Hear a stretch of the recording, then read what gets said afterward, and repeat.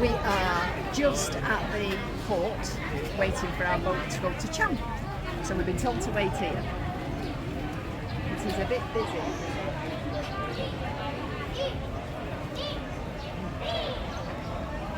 It's not the quietest little spot we've ever been to, is it? No, I've got my bag wedged though.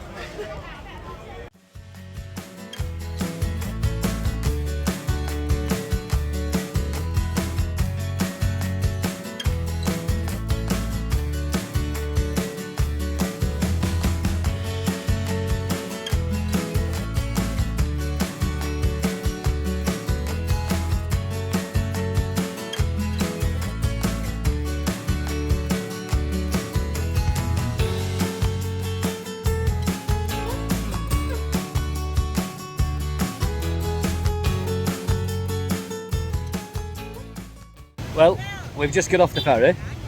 Kate's just got on the back of the scooter to take her rucksack to the homestay we're staying at, and then he's coming back for me. So I don't know how far it is, it could be an hour away. So I'm just going to chill here at the side of the sea. You can see the port behind us, but Cham Island's looking alright. Cham Island's looking alright at the moment.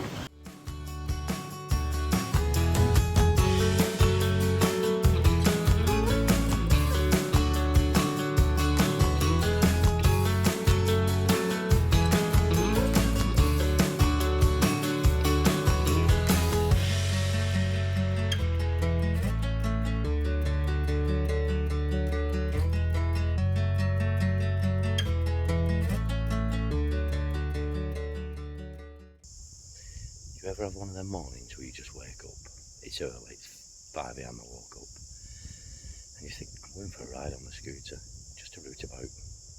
This is what you get when you're by yourself and it's peaceful.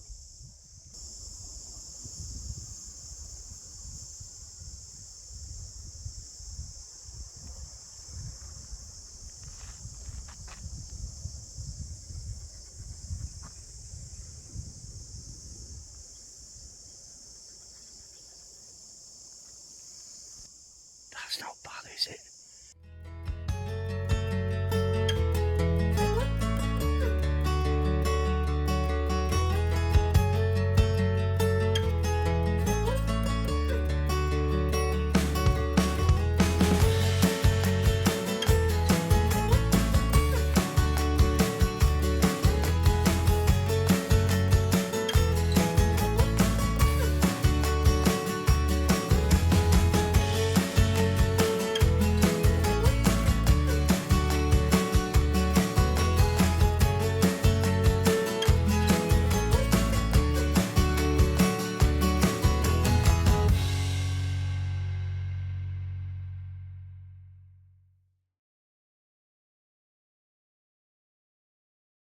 Cham Island tip off one of the locals. I've been driving around this morning, it's nice and quiet, it's peaceful, it's first thing in the morning, it's beautiful, it's nice, everybody else is still in bed, it's wonderful. Come across a lot of monkeys on one of these trails. They can be quite aggressive, especially the big males. So what one of the locals told me, arm yourself with rocks. Have some rocks, chuck some rocks at them and spook them. Look, so if I keep a few on there, if they come near me, I'll just launch one towards them, spook them. It doesn't bother, it's not going to hurt them, but it stops them biting me. I'm cool with that. Good morning. Good morning. I look rough, Kate looks wonderful, because I've been out since about 5 AM and Kate's not long since got out of bed. No, but I've been doing administration. She's been doing administration and showering because she smells lovely in here, where everything smells of fish. You'll see me cuddling up to her next hour because she smells like a dove. Oh. You're like nice perfume. And so anyway, You're going to be like Bisto Kid again, but Yeah. with dub instead of chips and gravy. Yeah. Or fish and chips on it. Right, well it was just a quick one to say good morning. We're still on Cham Island. You'll see, I'll put a little bit up of where I went this morning on the bike. And nearly got attacked by monkeys, by the way. But that's just a usual thing for me, isn't it? So we'll see you all later. We'll show you how our day pans out. I'm going for breakfast. Yeah, going for breakfast. By the sea. Bye.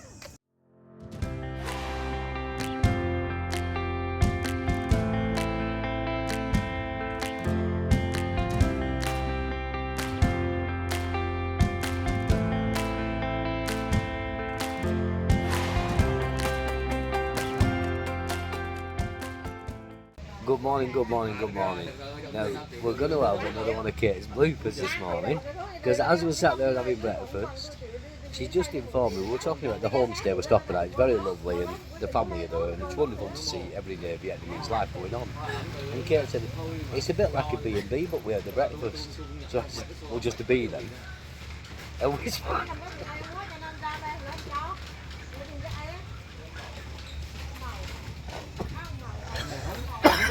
so it's just we're stopping in a B. This is what I've got to put up with. Oh God, she tickles me every single day with something. I adore her, but sometimes she's infuriated as well. So just to give you a quick update, we're stopping in a B. It's a standing joke in our house, and I always say I love Kate to bits. There's a lot of nice things I like about her. Her singing isn't one of them. Right, she's not a great singer, but I don't think I'm going to say that from now on.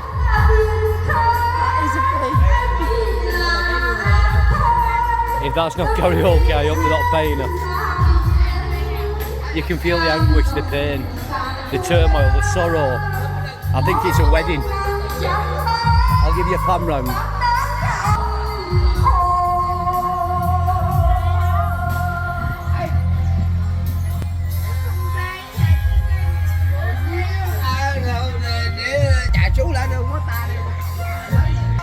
This is the good bit, the instrumental bit. Good afternoon. I've sat down for lunch. Kate decided not to have any, and I think she's heard on the side of caution. I think she could be correct. And for my lunch today, on this island in Vietnam, where there's a karaoke in the background, I'm having a cup of sausages with 2 types of sauce on. So I'll try and enjoy this.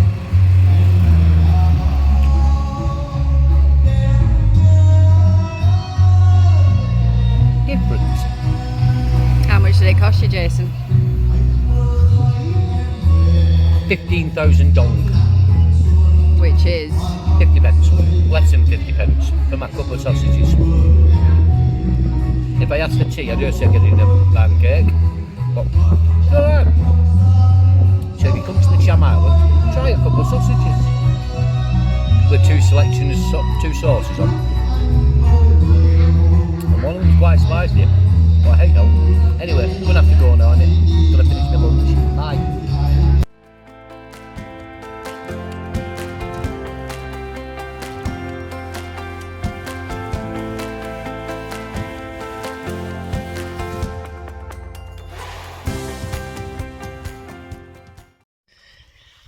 Right, well we're on Cham Island. Cham Island. I keep saying Cam, it's Cham, innit? Cham Island.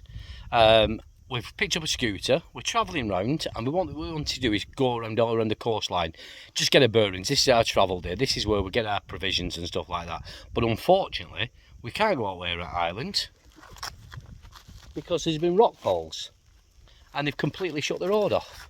So we'd rather clamber over the top and leave the bike, or we turn around and go another direction. And I think that's the best option, don't you? I think we have to. Yeah. So just to tell you that if you're on your own scooter, be careful of falling rocks. Okay, see y'all soon. Bye.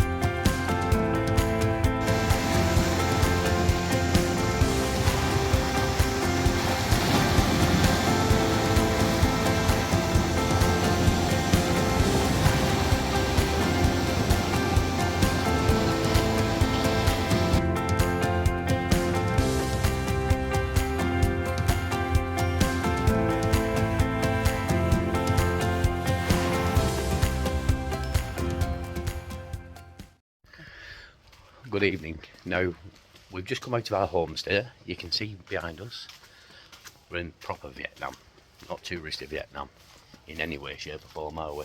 No, So, back streets. but it's cool, because it's authentic, it's real. This is what we've travelled for, not to sit in 5-star hotels.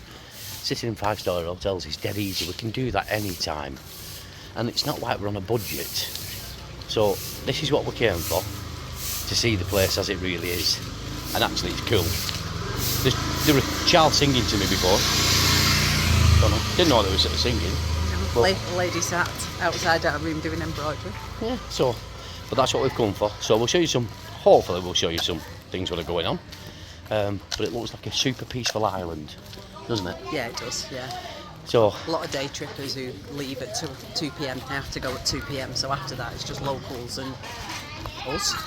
and us, yeah, so it's just locals and us. So anyway, we'll try and keep you updated and show you some photos. See if you like it, see if you fancy coming. See you later. Bye. Bye.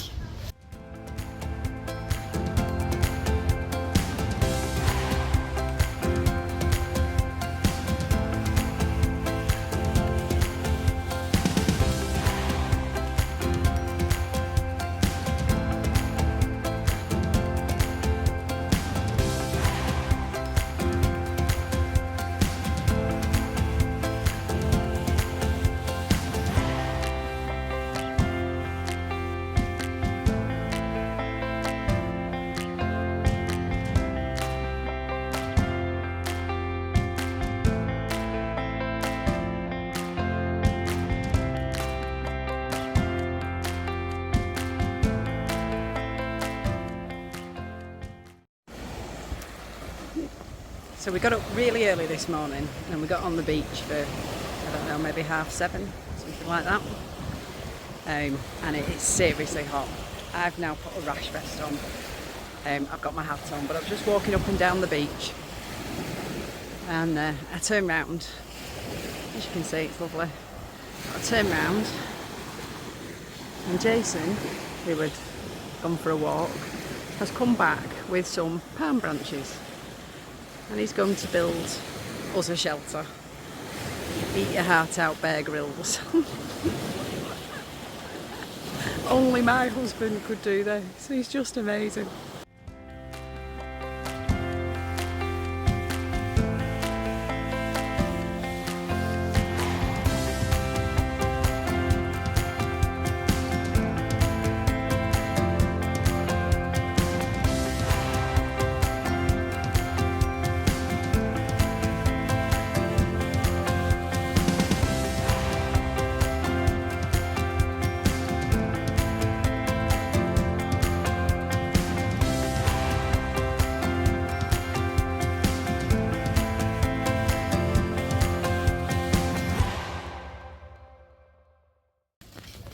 So, this evening we are going fishing with the lady that's in front of us.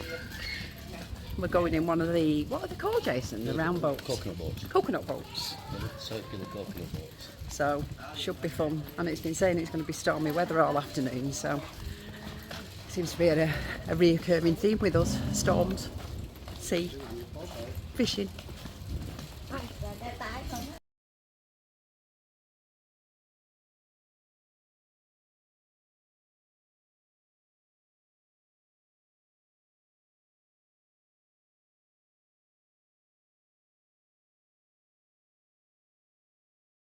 Right, so we're led to believe how true it is or not, we don't know.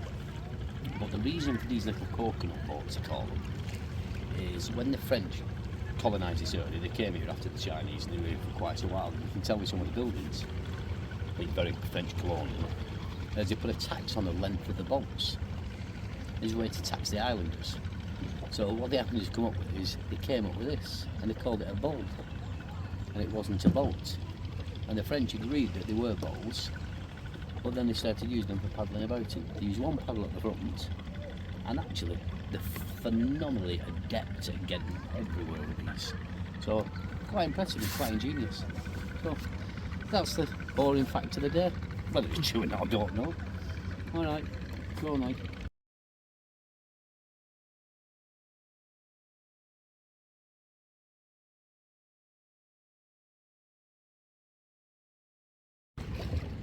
So we're on our way back from fishing. We've had a wonderful time in this little coconut boat. We've been down the coast, it's been amazing, and Kate has caught far more fish than me. Which is not unusual. Yes, it is. The last time I went, I caught far more than you. She caught more than me once, and you're going back like 16 years. And from 16 years, I've never heard the end of her banging on about how she caught the biggest fish. Twice. Right, so anyway, twice, once. So anyway, as I was saying before I really interrupted, I shan't be talking to anybody else. I shan't be doing any more videos if Kate's going to bring me fishing. So I'm going to be childish and very, very mature. This is Jason, over and out. Goodbye. Forever. Don't want to talk to anybody anymore.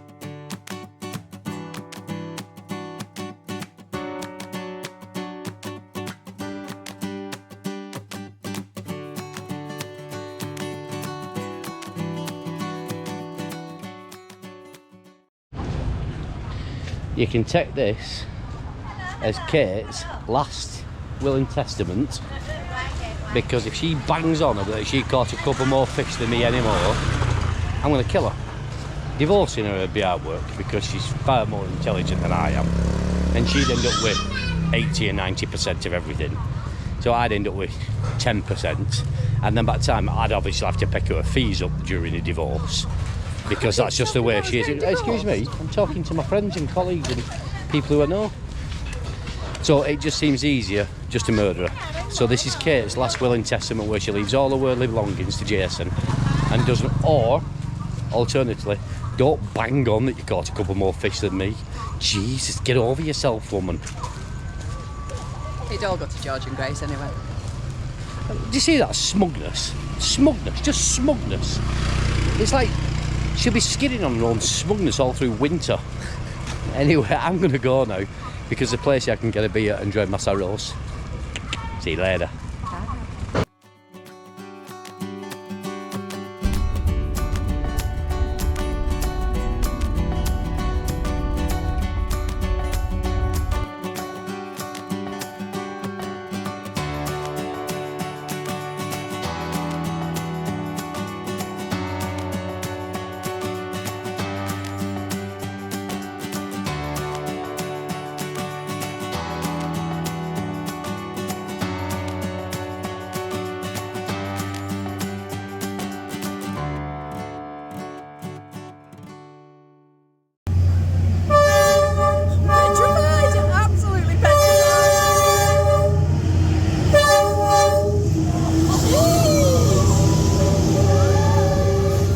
Oh my God!